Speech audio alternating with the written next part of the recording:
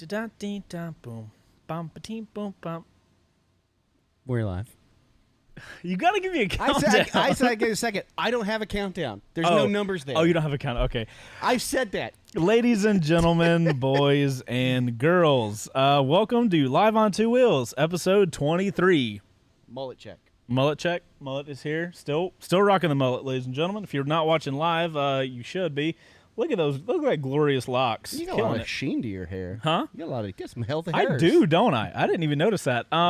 Guys, welcome to Live on Two Wheels, your weekly motorcycle live show here on YouTube. And in today's video, we're talking about Ruroc. Yes, we will talk about Ruroc because we'll get into that. But in order to make this a super productive show, because we're not just going to sit here and like bitch about things for an hour because nobody wants to listen to that, we decided to use this opportunity once we get past the initial topic, handle what's got to get handled. Yeah. We want to parlay this into how this channel, we want to kind of like pull the curtain back and help people understand sponsorships and how this channel runs effectively, because it's, been running it for like a decade now. I would call this a relatively successful channel. I'm hiring guys. We're doing cool stuff. So I want to kind of show you guys and give you guys a kind of glimpse at how we run. And I think you guys might find it pretty interesting. So, then we've talked about this like several times in the past. There is what people who watch our videos see. Mm-hmm. And there's kind of this overarching, there's a large change in the way most YouTube channels have to make money. Right. Just as a whole, not just in the motorcycle, but just like as a whole. Well, yeah, a lot of the stuff we're going to talk about today is going to be the same regardless of the type of YouTube channel you run. But, guys, before we get into that, this is Live on Two Wheels. We are live here on YouTube. Shout out to all the people here watching us live. But if you're not able to catch us live, the videos do go up live on the Chase on Two Wheels YouTube channel, so you can watch them there. So if you want to get that mullet check, you got to check it out on YouTube. But we are also available in audio form only. Also. Apple Podcasts, Google Podcasts, and Spotify. I'm going to work on getting it on the rest of them eventually. But you can listen to it in podcast form if you guys are riding around or doing some chores around the house. You can guys just listen to us if you want. Shout out to all you guys live with us right now. Yeah.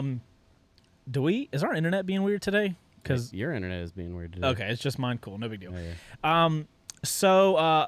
Things you guys can do to help us out. If you're watching us live, hit that like button, guys. We really appreciate you guys hitting the like button. It's super helpful. Even if you're just watching this video after the fact, if you're just not watching it live, you can still hit that like button. It still helps out. If you're listening to us over on Apple Podcasts, you can leave a review. We love getting reviews from you guys. Thank you guys so much. You guys have been killing it. Every single week, we get more and more downloads. It's incredible. So we love doing the live show, and we love putting it out as a podcast. I think if you guys have watched other Live on Two Wheels episodes, you guys know we always start out with some housekeeping. We're not even going to get into the housekeeping much because we got a lot to talk about. Just know that we are one episode of filming away from releasing this really cool series. Yeah. It's looking great, too. It's a series that I've been wanting to do for about 6 years now. Luckily, I got Actually, we might talk a little bit about that series because it works out with the topic that we're talking about, this whole like how videos get created and stuff like that. So we might give you guys a little insight to it because we know what the series is going to be, we know how it's going to run, so we can tell you guys a little bit about that. Okay. So about why we're here, let's go ahead and for you guys, I didn't plan on making this video today or this live stream. I planned on doing another video kind of talking about some Suzuki stuff, and recently I was getting an influx of comments about Ruroc helmets, which is it kind of interestingly came about because we literally just finished the Atlas 3.0 review. Yeah. Bo got it rendered, and I think I got it uploaded like 2 minutes ago. Yeah. It's not going to make it out this week. We didn't make it in time. We'll have a first ride come out tomorrow. but it will be up next week. So we've been working on this review the last few days, and I randomly see on random videos, like we made a video, I think it was the R7 as a good starter bike. Saw like 5 or 6 comments on that video all talking about a Ruroc helmet. So I rewatched that video and I was like, we make so many videos, it kind of blurs together what I say in every video. So I thought I said something about a Ruroc helmet in there. I rewatched that video and I never mentioned a Ruroc helmet. So I got a little confused and I started looking into it. And there's been a lot of so there's the obvious one, which we're not going to talk about, but there has been a lot of people posting videos with real reviews, and it is my fucking job to watch all those things to make sure that what we put out isn't like off the pulse. Like that's my job as editing videos, is to make sure like, hey, this is dumb. This won't work. We can't say that. Or can we say this or not? Right. So I have watched dozens and dozens of videos on the Ruroc helmet 3.0 specifically. I have my own experience that is different from yours, that I don't have the capacity to be able to word in a way that doesn't injure your relationship. Right. It's not negative. My views aren't negative, but they are different than yours from experience. Well, so we... So watching all of those things, it's like, okay, there are some complaints that are subjective and objective. And you've edited my review. Do I say in my review that the helmet is perfect and there are no problems with it? You don't. And so here's the thing, though, that people have to understand, is that you have to be a bit diplomatic in the way that you handle even negative. We've done this with many products. We're going to get deeper into that, but yeah. You have to, in a way that doesn't damage your credibility. It's also respectful to do that. Yeah. It's also like just a decent human thing to go like, hey, this is not good. Now, if some company came by and like, hey, we're going to offer you $5,000 to review this product, but don't say anything bad about it. Would not take it. Right. So it's like you have to like, if they were to say $5,000, if you have criticism, give it to us in a constructive way, so we can make improvements or address some of those issues. But if they just flat out were like, just say good things, that's it. Or they gave you a script, which is like what Raid Shadow Legends does, which is why we never touch those things. So recently, there has been more and more videos pop up. We'll be very diplomatic in this video. Criticizing Ruroc helmets. And as you guys know, I have been a proponent of Ruroc helmets for a while now.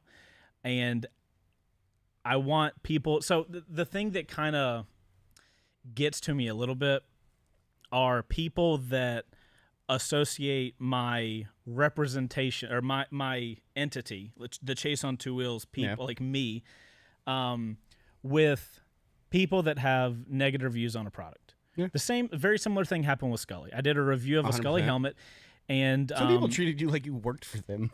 I get that a lot. So I want to be very clear to people online, as a reviewer, which is part of what I do. It's actually a giant portion of what I do here on this channel is I review motorcycles, I review helmets, I review gear, I review a lot of stuff. My job as a reviewer is to give people my experience in a consumable way. Would you agree or disagree with that? Right? I am not here to tell you that you should buy this or should buy that. I'm here to tell you, hey, I have been using said product. I will show you clips of me using said product. And then you, as the consumer, can take that information and make a choice for yourself.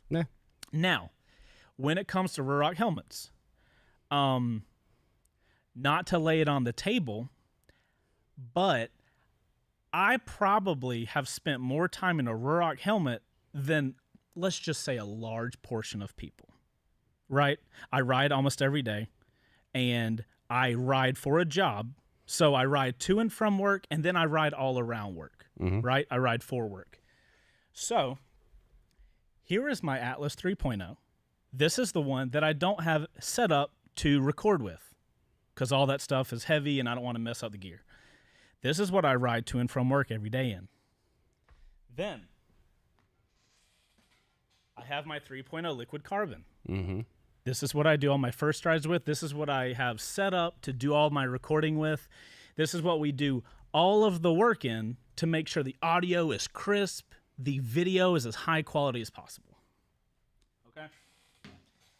If you guys are just listening, I'm just showing the helmets. So there are some things that can be updated with this helmet. There are ways it can be better. Yeah, so like that's an important thing to. So we see a lot of people talking about the product, like the value of this product, and a lot of the products that we review. It's not just Ruroc; it's a lot of things we review. Mm-hmm. That's something that we talk about. Is like, is it worth the money? That's up to each individual person. It's up to the individual person to decide whether or not that they're willing to pay for that. So if you're asking like you whether or not this is a $600 helmet, you might be like, I don't think it's there yet.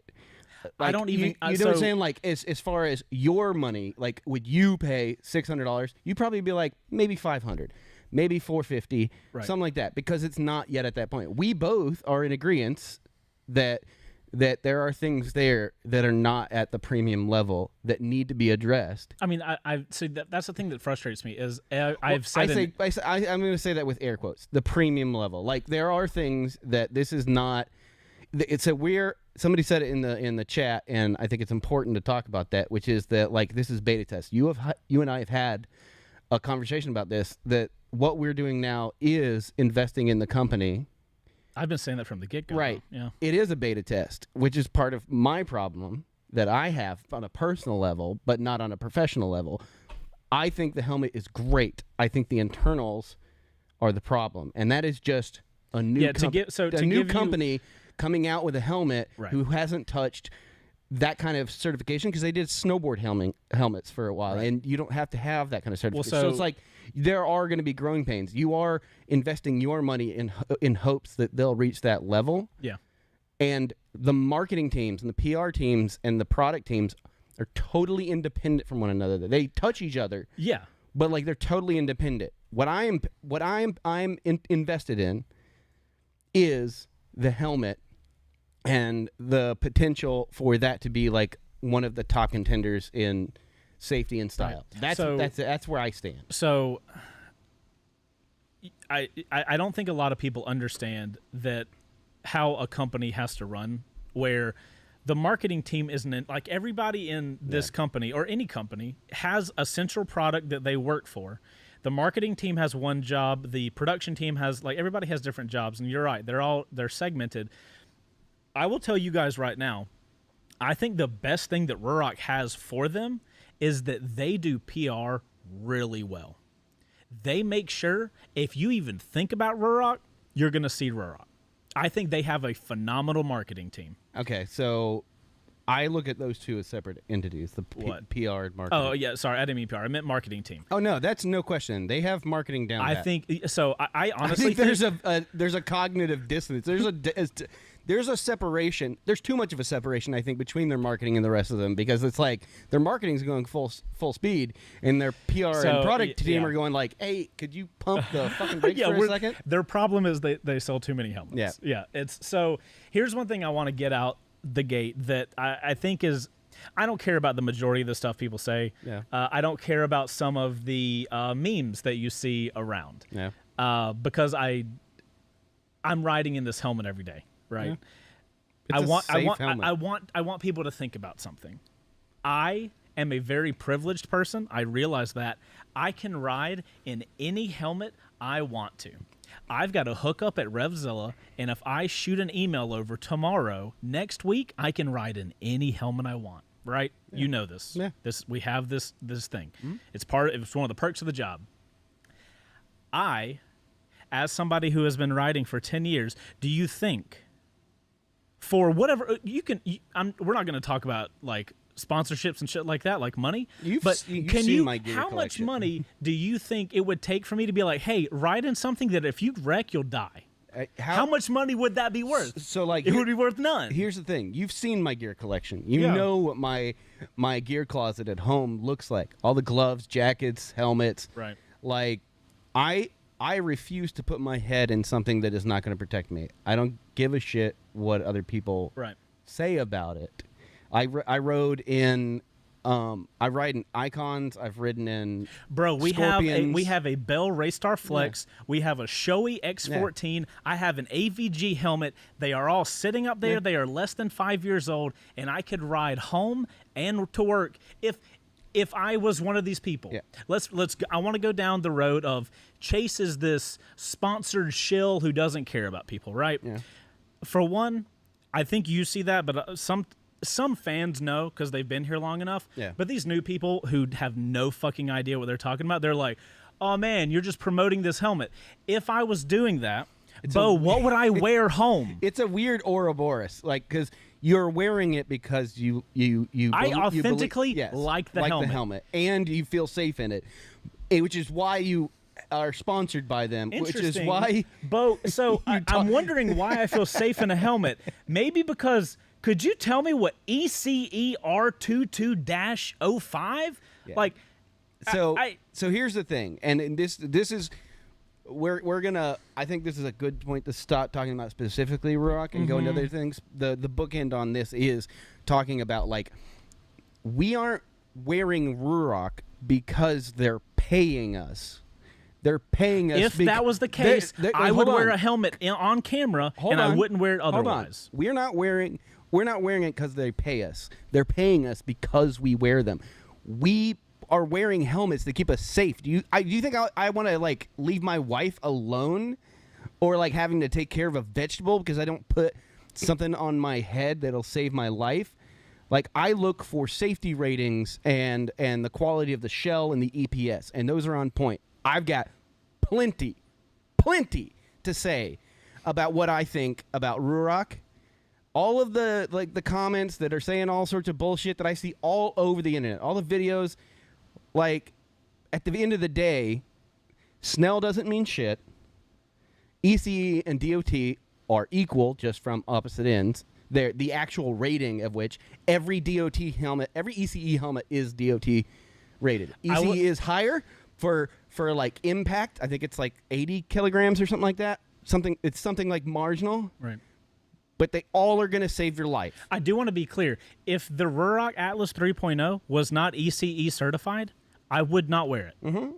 I don't care. Like, money does not matter when it comes to the safety of my life. I'm not going to leave, like you said, I'm not going to leave my wife just wait until, alone in debt, or alone because I die. Just wait until if we make that video about that one helmet, and you'll find out how we feel. Oh, my God. You okay, so So, like, it's important to understand that if you hear us talk about any product whatsoever, it is either because we use it, we know it's not a scam, we've looked into it, or it's something that's cool that we don't just shill. It's not you're never gonna see a Raid Shadow Legends ad on our fucking channel because we don't believe in the product. Let's wrap up the Ruroc stuff, and then we can get into the rest of the sponsorship stuff.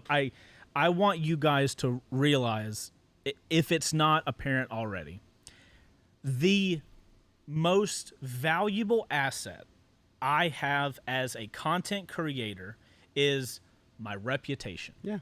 If I put my reputation behind something that I didn't believe in, I would be dishonest to myself, and that would come across to everybody. How many sponsors have you turned down because of that? Like, if you had to put a number, like a guess. Money-wise or just numbers-wise? Like numbers-wise. Like in the last, 5 years. Because I know a couple of people who are, like, sponsors or sponsored videos or sponsors. I've probably turned down about 100 to 150 sponsors. Yeah. Well, because, so we bookended that. We talked about Ruroc. We like it. Our experiences, me and Chase. Also, dude, I'm not saying that they're... for one, hold on. Yeah. I don't work at Ruroc.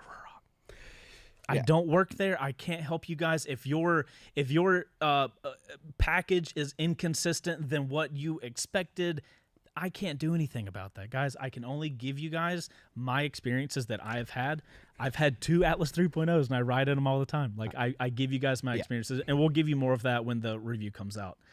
At the end of the day, I would not ride in something that I thought was unsafe. Of course. I don't know. I don't know how thick someone could be to think that money could matter when it comes to a life or death piece of gear. Yeah. Like, you guys see me riding first rides in a Ruroc. Like, what? How dumb would I have to be? I'm not smart, but like, I'm not that dumb. I'm just gonna book in this so that we can stop having like super awesome experts in there. I've got the certifications up real quick, and this is the last thing I want to say about the helmet because I want to talk about the other stuff. I think it's important. The difference of failure underweight for ECE compared to DOT. Weight is applied to the retention system. It's like 300 pounds of force for 120 seconds for DOT. It's 670 for ECE. Okay. Does not give, that's chin strap failure, does not give over a certain time. Okay. Be dragging your head. 150 pounds for deformation under the helmet. Both ECE and Snell are rated for absorption, not reflection. Okay. Snell is rated for reflection, though some of the more modern Snells will have some absorption. They are similar enough at that level of numbers, like at those numbers, there is marginal differences between ECE and DOT, and most helmets, unless you're buying a sub $100 helmet, are gonna have both because that company wants to sell it in both Europe and America. So they're going to get both of them. So chances are, if you see an ECE sticker, you're going to see a DOT sticker. Yeah. This is the kind of stuff, like when us as a content creators, and this is what we do, like we want to be able to explain our position on why we are okay selling you a fucking helmet. Right. Like, we are saying, like, yes, we'd like you, if you like this helmet and you like the way it looks, and you like here's all the information, here's our experiences, do whatever you want with it. You're going to be safe. Yeah. You decide whether or not it's the money that you spend, which is kind of how we deal with almost every single sponsor that I've been a part of in the 2 years here. So that gets me to what I really want to talk about, because I thought it was very interesting to... Well, so real quick, before to bookend this, because I know there's a lot of comments about Snell and shit like that. My whole thought process is Snell is a certification that racetracks have adopted, that they want to push that, and that's fine. Yeah. If you need a helmet that's Snell rated, I don't know how thick your skull is, but this is not Snell rated, so this is not the helmet for you, and that's okay. That's not a Scorpion R2000 or there whatever. There are so many Snell rated helmets. There's this thing. Yeah. I'm not going to get into the mentality, but there is this mentality that if it's not Snell, it's not safe, and that is the most. It doesn't make sense. It's guys. Frustrating. You can understand why we're frustrated, because like this happens a lot. And again, to actually end the conversation, because I am done with it. It's one of those things where we personally have to field questions as if we work there. Right. And this is something that we get comments like this a lot about a lot of the things we use. We got comments on the GPS unit about we got comments on we get comments on anything we review, and that's normal. The smart helmet. But my problem, you know what I mean? The only issue I have with this is when these comments go outside of the videos and they muddy the water. Because when we make videos about topics, I'm making videos to have conversations. Pump the brakes then, because I come at this as a consumer of YouTube. That's where I'm probably the only one in this shop that consumes YouTube on the level that I do. Like an actual consumer level. Right. Yeah. And I do understand where it comes from. And then, like, if all you're seeing is people who are sponsored writers talk about a thing, or if, the only people you're seeing having good reviews of a fucking, GPS or a Bluetooth is the people that are... I totally get that. Right? Yeah. And then you go over to some, Joe Schmo who posted a video, and said like, well, I didn't have a, I had this issue. I had this issue. Do you remember my issues with? We were sponsored by Senna. Mm-hmm. Do you remember? Yes. So if I had gone out and made a video about that, my one experience with a Senna that I got in replacement for one that worked. Actually, yours was a few of them, but yeah. All right. Well, no, we had a we couple won't of get issues. into it. Yeah. But I see where they're coming from. I understand that, but I have to look at it like, does that information fit the narrative that I wanted to hear, which is these guys are shills. I see it all the time because I watch a lot of blacksmiths and I watch a lot of machinists and stuff online, and those guys have to pay bills too, so they do sponsored videos. That's the only way people can make money on YouTube now. It's one of the good ways. If you're you can't say the word only. Well, it's not only, but broad brush. If it weren't for sponsors, 90% of YouTube would not be making videos right now. 100%. And you know what I mean? Yeah. So we're how much of the percentage of our income as a company comes from just views? Fluctuates obviously, but between 20 and 30. That's not a lot. No. Especially when you've got a team of 4 people. So when I see those sorry, I'm full of barbecue. I'm trying to pass it off to the side, but we did a bad thing before we started and ate a bunch of barbecue. But I look at those guys and I think, okay, they said they really like this thing. I'm gonna go. Oh wait, and then the algorithm kicks in, and one homeboy had something bad to say. Okay, cool. Yeah, that's gonna happen. Products are not perfect. Right. It's so how do you deal with? I don't know if we've ever talked about this, but have we ever had a product in house, done a review on it, and then found it to be, I don't know, just straight up bad or dangerous? Yes. Before we get to that, I do realize that a ton of people are here for the Ruroc drama shit. Yeah. And I just want to tell you guys, if you're here for the Ruroc drama shit, you can leave now. It's done. I think it's a safe helmet. I ride in it every day. You can see how frustrated we're getting, and we don't want to be frustrated about it. We want to showcase the products that we... Should we show the video? No. What you don't even know, guys, is that his notes I renamed to Chase's Salty Saltiness. That's what I renamed his. We were so salty about it. But, we're adults, and we dealt with it, and we're like, okay, we got to, I'll go ahead and tell you guys, I don't give a shit how salty I ever am. I'm never gonna make a YouTube video. Stop touching your. Sorry. Mic. I want to touch it. Are you gonna show it? Yeah, I've got it on my screen. All right, this is hilarious. Luke sent me this earlier today. He was like, "This was you when you left the shop yesterday." Are you on my screen? Yeah. Oh no. Yeah, there's no sound. There's no sound, you dingus. How is there no? Oh, I know why there's no sound. Hold on. Because you're not plugged in. No, I'm plugged in, but I didn't change it to the external. Goober. Oh, wait, it is external headphones. That's what we unplugged the other day.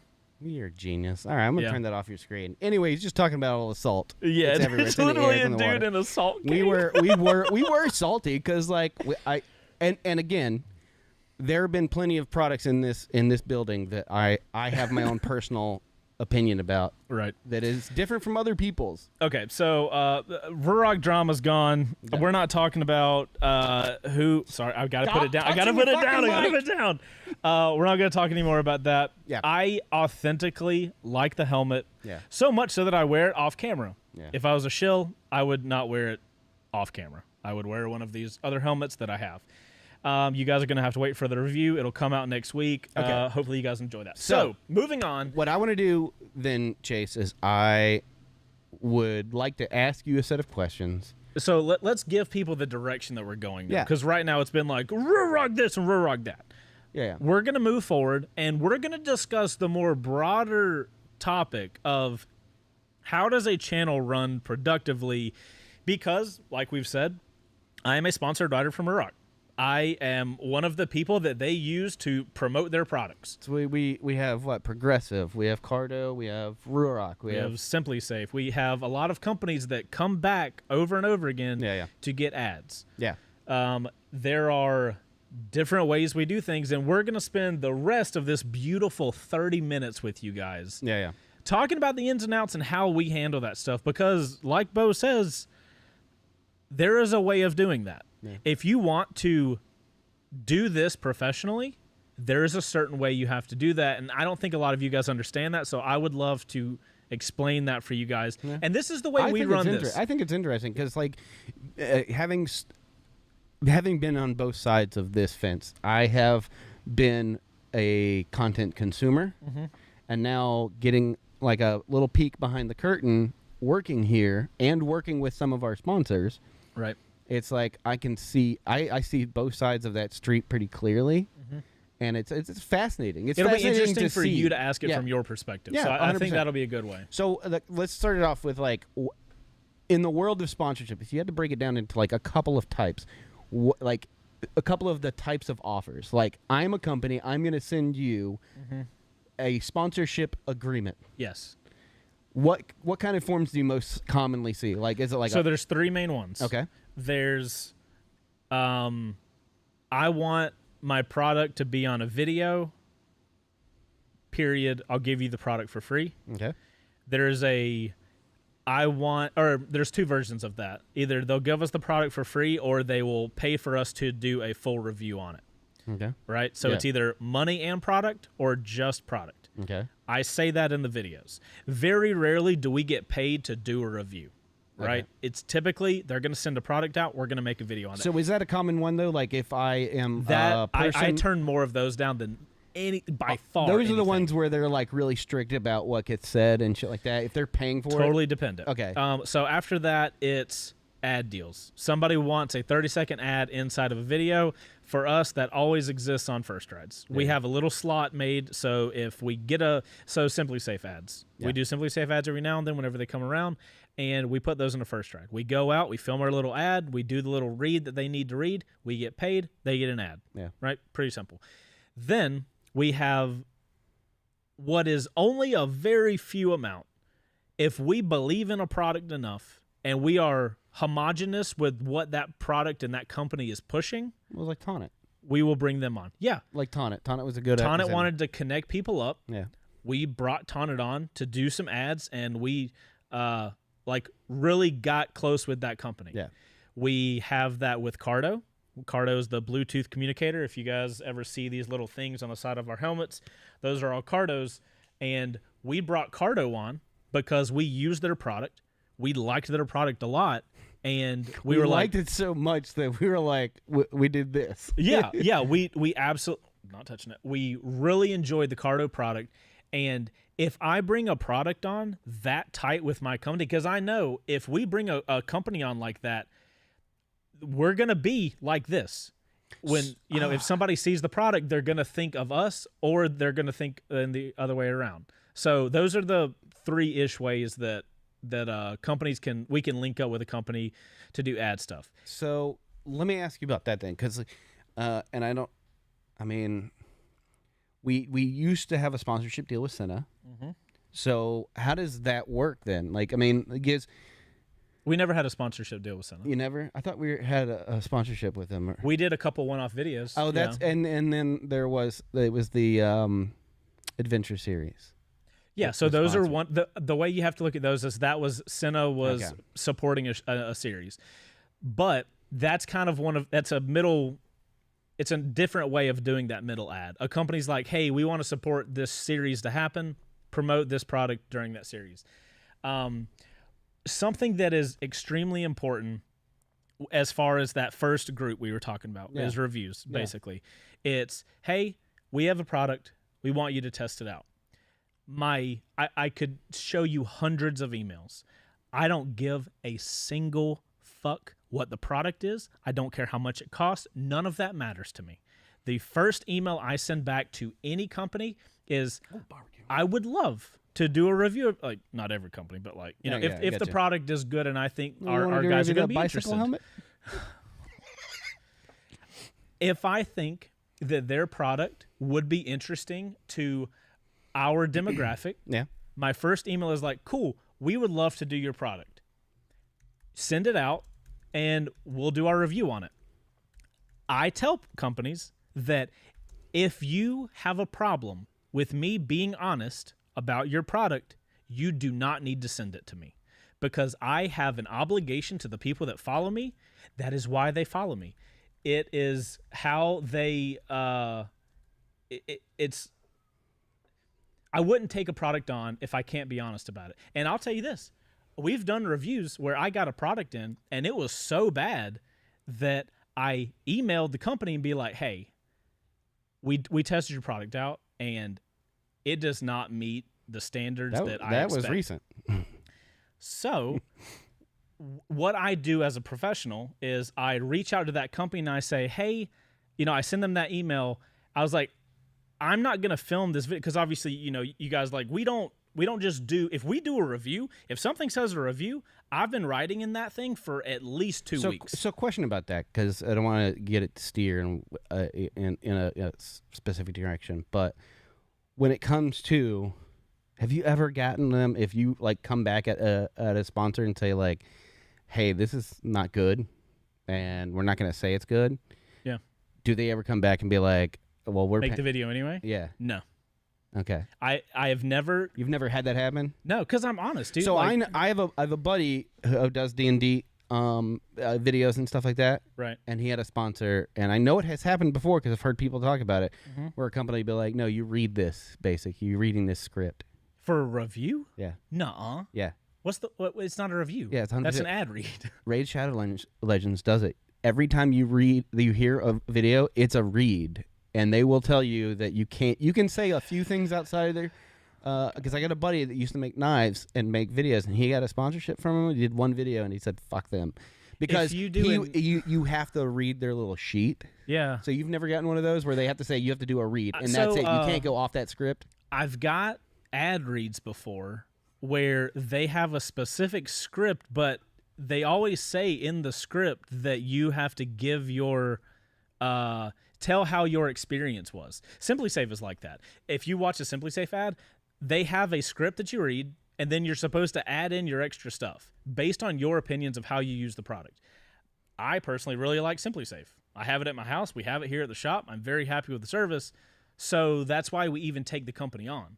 Had I taken SimpliSafe, we'll use SimpliSafe as an example. If I'd have taken that company on as an ad read and I would have got the product in and it was terrible, I would have been like, you signed the contract before you even get the thing. So I would do the ad read. I wouldn't bring them on anymore. Yeah. I would be like, I don't want to push that. Do you know how much money I have had to say no to if it's a product that is obviously a piece of shit, or something I personally don't promote is like nicotine products because I have asthma and I'm not going to promote something that, and everybody in the shop smokes. So it's like, this would be an easy read, and they pay really well. Oh my God, I fucking can't. I'll blow it that way. Okay. So as far as me personally, if I'm going to take an ad read on, I do think, or any type of sponsor, our end consumer, our followers are the first people that I think about.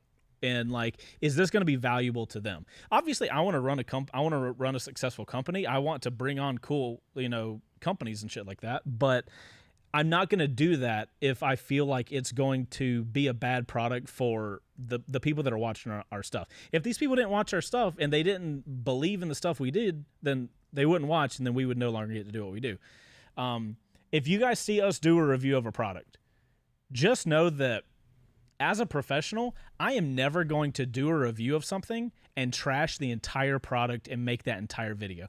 I have far too much respect for companies. Even if the product's not good, the company still had to work to there, and it doesn't benefit me to trash a product. I've got plenty of really good products to review. So then you play the game of diplomacy of saying how to say, because I don't think you've ever told anybody go buy this.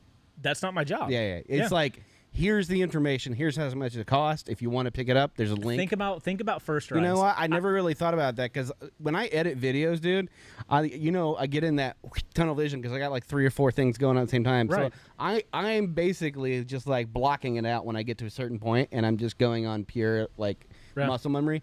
But I don't. Yeah, that's a good point, because there have been some videos of creators that I've seen out there in the just general YouTube space that they recommend a product or something like that, and I think recommending's different. Well, so you have to play a fine line. There's a fine line. You have to play a game of of how to say like, hey, do your own research. This is the information. I fully realize that guys, I'm sorry to keep burping, man. Fuck. I gotta unbuckle the belt, dude. Oh my god! All right, we're not ordering barbecue anytime before a live show. It was way too close to the time we started. So so when we take on a sponsor and there's no obligation there for us to move units. They're literally paying for an ad, like a billboard outside, basically. 100%. Yeah. So you as a content creator, because you would have, I only have like a little peek into this side of things, but like, do you ever? I mean, like, it's hard to ask the question because all the stuff that we've done, we either use or we no longer talk to those people.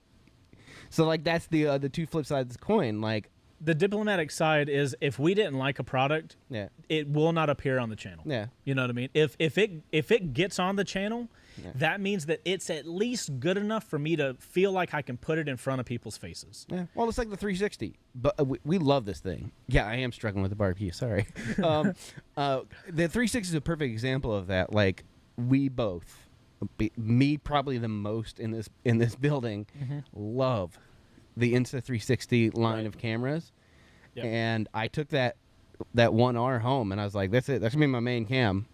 Yep. And I brought it back a week later. Yeah. Because even though it's a great camera, their workflow, it has drawbacks. It has huge drawbacks. And I went back and watched that, and we do say that in the video. So it's like, yes, we are like this camera right here that Chase, you'll have to find out what he did to it. It is mostly not my fault that camera died. It's all your fault. Is a fantastic camera. I would personally recommend it, but I would also recommend it as, and with the caveat of like it's going to be a ball ache to get it to work with any editor that you may use on a regular basis. Yeah. So like it's important for us if you make videos, which I know a lot of people in our like Discord. We got a lot of people that make videos. We do have and a lot stuff, of people that do just, and a lot of them are smaller channels. So this kind of information could be helpful. Is like, where do you draw the line in what you're accepting and how you as a person, you personally, I know, you use the things. You still have the Innov camera on your MT10 right now. You're right. So I think this kind of goes to just the general type of person you are. I think you would agree. As a third person, I look at myself as a relatively positive person. You can disagree or agree based on knowing me for the period of time that you've known me. So when I make videos about products, I want that to be synonymous with the type of person I want to portray myself as. I think positivity is an extremely important thing. And I don't find anything to gain in making a review or making a video about something, just trashing something. Like, so in that situation, do you just go, I'm not going to do this absolutely. Video? Okay. And that has happened countless times throughout my time. Talk to me as if I am a new YouTuber coming into this sphere, and I have got, I mean, like, it's just from working here, my Instagram is getting littered with people reaching out to me personally because of my affiliation with you. And so, like, if I'm a new content creator or a smaller content creator, and I see, like, I've got like 100 emails, right? Right. How do I approach that with that? Like, is this something you've always had? You from the word go, you were working at Cartoon Network, you know, and you started making videos. Is that something that you planned ahead of time, or is this something that you just kind of like? No, so naturally fell into that. How do I, as a new content creator or young content creator, attack this kind of like interaction? Well, so it's totally your decision because it is becoming a more broad thing to well, so happening. The market is totally different now from when I started. So I watched this kind of thing grow, and if you go back, Heather, my wife, will remember this. There was a period of time where I made reviews. I started getting hardcore into these little action camera, like Chinese action camera reviews. I think one of them was called like a Firefly. And you can ask Heather, like, dude, I was reviewing one every other week because the videos were performing well. And I'll go ahead and tell you, you guys know, you guys are online. Negative stuff gets a lot of attention. It is it is astronomically harder to gain traction on positive news as compared to negative news. If you want to get on and trash things, Got 15 minutes. Just wanted to say that there. God, that's always a If you wanted to get on there and trash things, that's something that you could. It's a very easy way to do it. You're going to be churning through. It's going to be one of those things where you're accepting literally anything that comes across. But here I want you to go with me down this mental path. Let's just say you do a few really negative reviews, Bo. Let's just say you're getting all these requests on Instagram. You make a couple of videos, and those videos blow up. Okay, so you're shitting on these companies that have a less than phenomenal product, right? So what do you think is going to happen? You need to think of all the content you make as your portfolio. When a company that has an actual good product looks at your videos and they see you trashing other products, what do you think is going to happen? Because these companies, Ruroc, Shoei, whoever the hell you want to call, like whatever companies, it doesn't matter. They're going to look at the past videos you've made as your portfolio of what type of videos do they make. So if you have all these trashing videos, they're going to be like, why am I going to give my product to this person? All right. So then it comes down to constructive criticism. Yeah. Right. So like it's so important. Yeah. So like as a new content creator, I think it's important because looking at the way I am fucking nobody on Instagram, I'm nobody on YouTube. I have a company. My company gets paid by you to edit videos for your channel. Yes.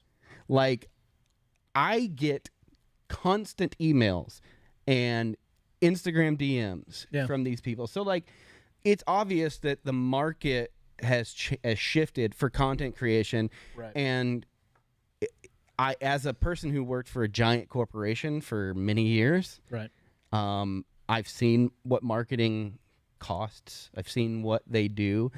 It's so much cheaper for them to reach out to content creators. Yeah. To run a 30-day radio ad nationally, you're talking about $1.5 million. Right. Easy. The amount of money for the kind of company we were a company that owned a bunch of other companies, massive, right? Yeah. So you're talking about $1.5 million, where they can set aside a budget of $500,000 and get it in the hands of lots of people. It is up for those people to decide whether or not they're going to do it. But like, as a content creator, it's important to know that when you see these things, you're gonna get a lot of messages. Right. You're gonna get a lot of messages from really shady shit too. Absolutely. Like, it's gonna happen. Well, that's your job. You're the mediator between like what companies are you taking on, and something to talk about ad spots, because I don't watch a ton of YouTube at this point just because I don't have the time. But like when I do, I mean, trust me, guys, I don't love sitting through ads. But when a content creator that I'm watching, it does an ad, I know as a content creator that that ad is going to do so much for that person specifically, so that they can continue making the cool content that I clearly want to watch. I'm going to sit through that. And if the product matters at all, or I need that product, I'll use the person's link, because I benefit from this as a content creator. But like, I also know what type of money you can make with an ad spot as compared to views. Like, it's astronomically different. So like, I have to at least appreciate when other people are doing ad spots, because it's like, you know what, dude? Get your hustle. I will gladly sit through this 30-second thing. If you get the right ad, bro, ads will dominate how much a company brings in from the YouTube side compared to Google views or whatever. You know, it's ridiculous how much better they are. So then let's turn this into a teaching moment then for those kind of people that are getting that kind of stuff.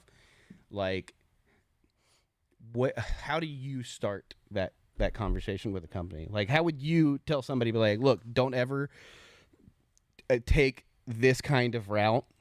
What are the no-nos that you would say that are a good way to get yourself into trouble early on? The easiest way to do it is, I mean, the only real rule I have is, if I'm going to take an ad on, like I was saying earlier, don't think about the monetary amount. Yeah. Let me tell you, nicotine companies got cash. Dude, those Raid Shadow Legends people throw the mobile games. They throw money around. I don't play mobile games. Yeah. So, but here's the thing, though. If you play Raid Shadow Legends, I really should have signed up for a Raid Shadow Legends sponsorship and put them on this video. Never. No, yeah. If you play that game, let's just say you're a Twitch streamer and you play Raid Shadow Legends. Yeah. Take that money, baby. Yeah. Like, if you play it and you enjoy it, make that money. Yeah. I have seen that game and I have no interest. I got an email 2 days ago for Raid Shadow Legends. I don't play it.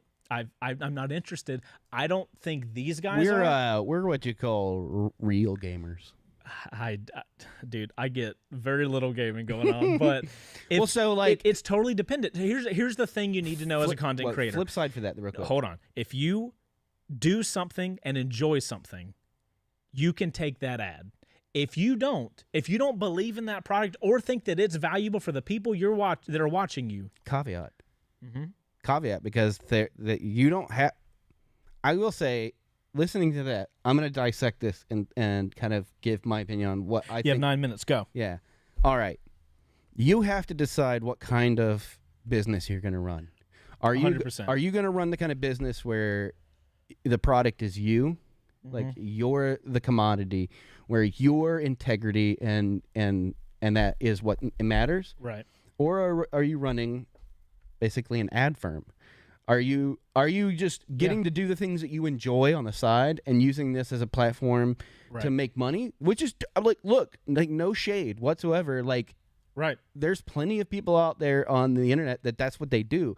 They just they're ad funnels, and that they take that money. And so you bring up a really good point, and that's probably why the way I take on sponsors is so anchored in personal feeling about it. Okay, so that makes sense. So that's not to say the other's bad. Like, no, right? I'm saying, but because everything I'm saying is based on me and the way I run my business. Okay. If I didn't run my business, we don't make videos that I'm not in. Yeah. Right. The channel is Chase on Two Wheels. Yeah. Hi, I'm Chase. So if I'm not on Two Wheels, it's probably not a video. Right. So in that situation, I have to screen ads, sponsorships, products through me first, then for them. So then we can deal with like, is it worth the money? Is the money right? Like all that bullshit. If you don't run a channel like that, it ain't got shit to do with you.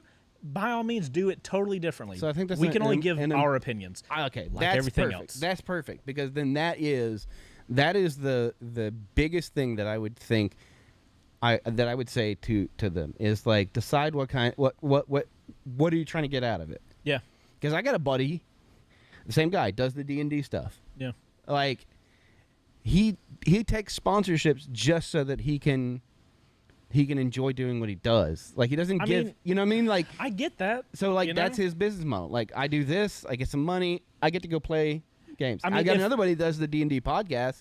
He only accepts. He has a regular job, and he only accepts sponsors from people that he uses. Yeah, so that's like those are totally two sides personal of thing. On the, so you would have to decide whether or not, if money means more to you than the, I don't want to say the value of your audience, right? Because it's not necessarily like that, but money for me is not worth shilling things to people that I don't know or care about or think they'll care about. I actually put things through that before I send it to these guys. Okay, so like, but that's a personal opinion, like, right? And that's not to say that the other is bad. It's just not the way that you operate. So I think a pin on that is decide where your values are as a company or as your channel company, right? Or whatever. I mean, that actually, like, now that I'm thinking about it, I'm like going through the catalog of my weird recommended page. Is like that I can now break things up into two categories visually. I can go, okay, I know, boom, that type of content is just like, this guy's doing this for fun. The ad spot is just, it's a necessary evil for him to get the money to be able to do what he enjoys. Yeah. Well, you as a content consumer get to see that and be like, you know what? I'm going to sit through this 30 seconds because I want to see this content. Like, I don't give a shit about that more thing. About it. Even but if, so if you're watching a First Ride and you see a Simply Safe ad and you don't need home security, that ad ain't for you. But like, it's there so that you can continue getting that content. As opposed to the flip side of that, which is, somebody like, an artist, just randomly, an artist works with like metal, like advertising for something that has something to do with working with metal. Like that would make, like, I'd be able to like visually and whatnot go, okay, that makes sense. Right. He's using those, like he may be using them because they fucking paid him to use it, but Yeah. I mean, that's a decision you have to make as a viewer. Right. So, like, as a content creator, then, like, I mean, it's not. I don't think integrity is a good word for it, because it's like you can't use yourself as a barometer for everybody's moral center. Right. But it is one of those things where you have to, like, it's a person by person. As long as you're not doing something that negatively affects another human being, and by that I don't mean like offending them or hurting their feelings or saying a thing that isn't in line with what they're saying. I mean, like, you're not selling them a product that's going to injure or kill them. Right? Sorry, as you were saying that, I was like, negatively, when you said like hurt their feelings, I started thinking of that Salt video. Yeah, 100%. I couldn't help it. I'm so sorry. Yeah. Well, I mean, like, I don't, like I said, I don't think integrity is a good word for it, but it is something that you have to decide. Like, Yeah. there's been a lot of information that I have gleaned from just the interactions I've had with sponsors reaching out and what kind of skeevy bullshit that I've gotten in my emails and my DMs. Bro, it gets bad. And I'm like, Yeah. dude. So, like, how do I navigate that, right? Like, is there a way that I, like, don't even look at those fucking emails? Like, how do you filter that? So, I mean, Because after a while, there's been so much that I have fucking ignored. yeah, a lot. Like, honestly, like even on my end, 90% is you get to the point where if you look at each email, you know if you can delete it in the first 3 seconds. Okay. So you're gonna at your spot, you're probably gonna delete 99% of the stuff you get. Yeah. But to know what you do and don't delete, you have to read each one of those, because I'll tell you, some emails are gonna come in and look sketchy. You need to at least look into you have to do your own due diligence, and if it looks like, oh, this ain't too bad, you can actually, like, I mean, it's a real conversation to have with people, because, like, no, you're not going to make a living off of AdSense. You can. I mean, yeah, but you have to. You can't run a really good, successful company that's going to have a lot of diversification. You have to. I think that's where the burnout comes, because there are channels out there that's pure AdSense. Yeah. But those are the ones that are like, hey, if that channel gets hacked one time, I promise you, when they come back, they ain't going to make just AdSense. Let me just go ahead and tell you that. So we spent more time talking about Ruroc than I would have liked to have done, because, like, this stuff's fascinating to me, because I don't know if a lot of people know this. Like, I started a channel in 2013, and that was my ultimate goal. When I got a bike, same like you, same like a lot of us, was I was going to take people through this. There's like 20 or 30 hidden videos on my channel that I just, like, they were just for me, so I can look back on it. But, like, I wanted to take people through the process of learning. Well, you know, something that's really valuable that but that back then, it wasn't like that. It wasn't like you weren't getting your door knocked down. Well, so here's the way you asked earlier, how does somebody that's very new get into doing this? And I think you've heard me before say, if you want to do something and get paid to do it, do that thing, and eventually the universe will find a way to get you paid for that. So in your example, you have a small channel. No sponsors are reaching out to you, but let's just say you want to get to the point where you can work with Revzilla, get gear, and review that gear, right?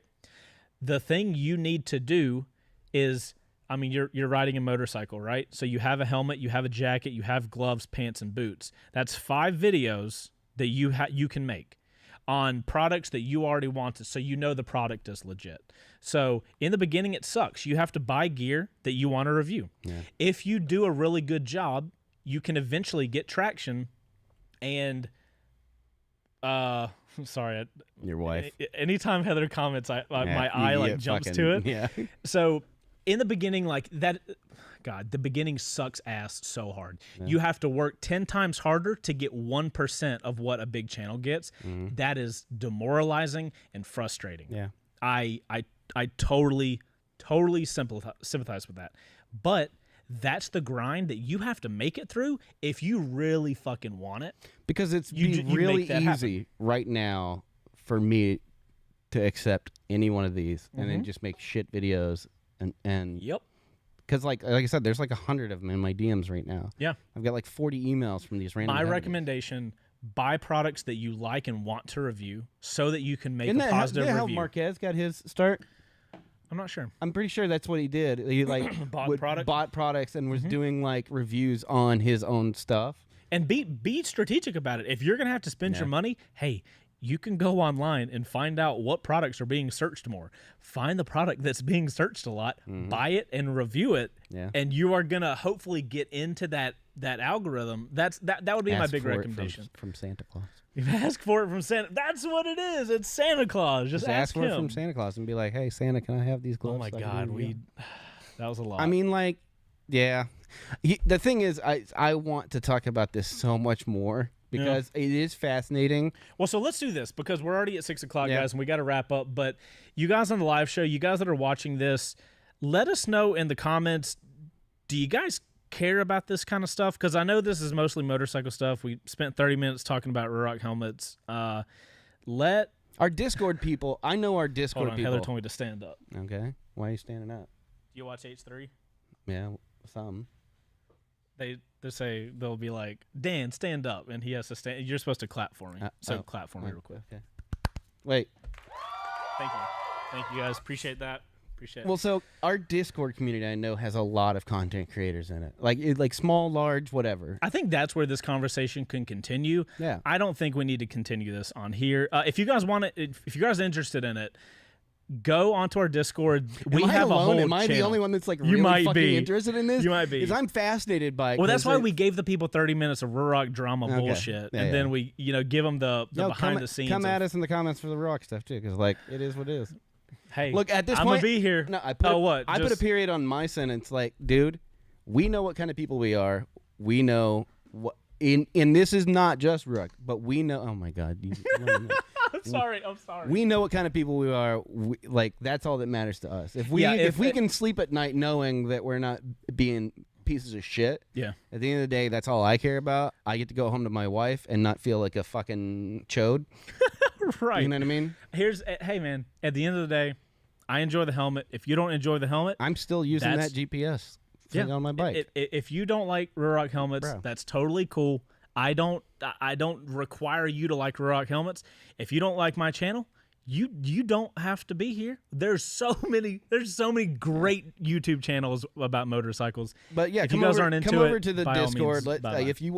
If I'm alone in this and I'm the only one that's fascinated, Bo's gonna be the only guy in the Discord channel. No, here's the thing. Like, if I want to know, I'm not alone, because like there's got to be other people out there that are fascinated by like the business side of content creation. I will try, because it has totally become a real business. No, it's a total in the last real like job. 10 years. So here's what I can do for the people that are watching this that are interested in channel growth and helping. I can really only help on the motorcycle side because that's really the only experience I have. Yeah.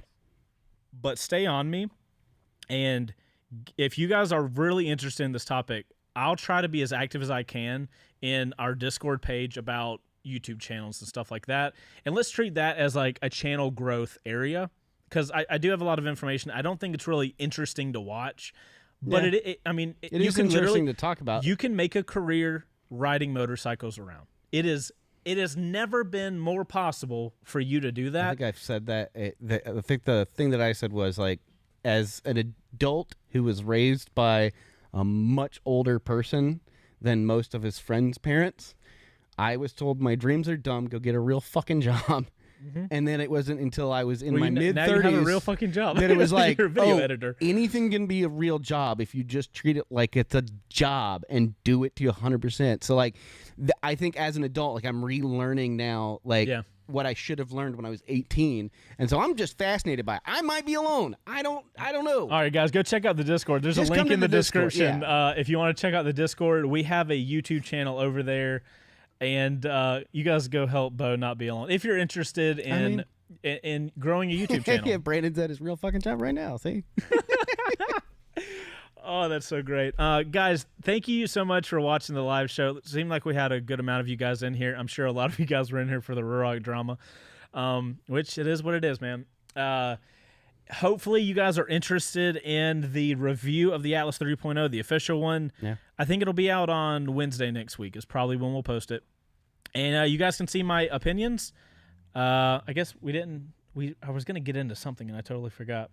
I don't know. You guys will see it in the review, and maybe we can get back to we can get back into regular, interesting motorcycle topics and not YouTube drama. Yay! Yeah. That's what I appreciate. I mean, it's not really drama. It is what it is. Like we got it got under our skin because of how important it is to us. Yeah, I take what I do really, really seriously. Yeah. You should too. That's the point. Yeah, I should. All right. All right, guys. Thank you guys so much for watching live. Thank you guys so much for watching on YouTube. Make sure to hit that like button. Subscribe if you like motorcycle content. It's all the barbecue. What? It's all. Oh my God! Giving you a soundboard was such a bad idea. Yeah, it was. All right, guys. Oh my Jesus, guys. We appreciate you. We're gonna keep making awesome. There it is. We're going to keep making good content for you guys to enjoy and showing you guys products that we think you might enjoy. As long as it's not terribly negative, because I would have already asked the company if I should make it, and they're going to say, please don't. And I'm like, you know what? Fine. Anyway, Chase on 2 Wheels. Bo, we're out of here, ladies and gentlemen. We'll see you guys next week at Thursday, 5 p.m. Eastern Standard Time for Live on 2 Wheels number 24. Every single person in here. Say what? I love every single person in here. I haven't been reading the comments, but I'll take... Even the ones that have, we've just been having discussions. That's all. So I'll take discussions as long as you don't come at me with illegitimate information that you haven't looked up. Goodbye. That it was the farts were supposed to be the end. I was trying to give you like this dramatic guys. like end. Later, y'all.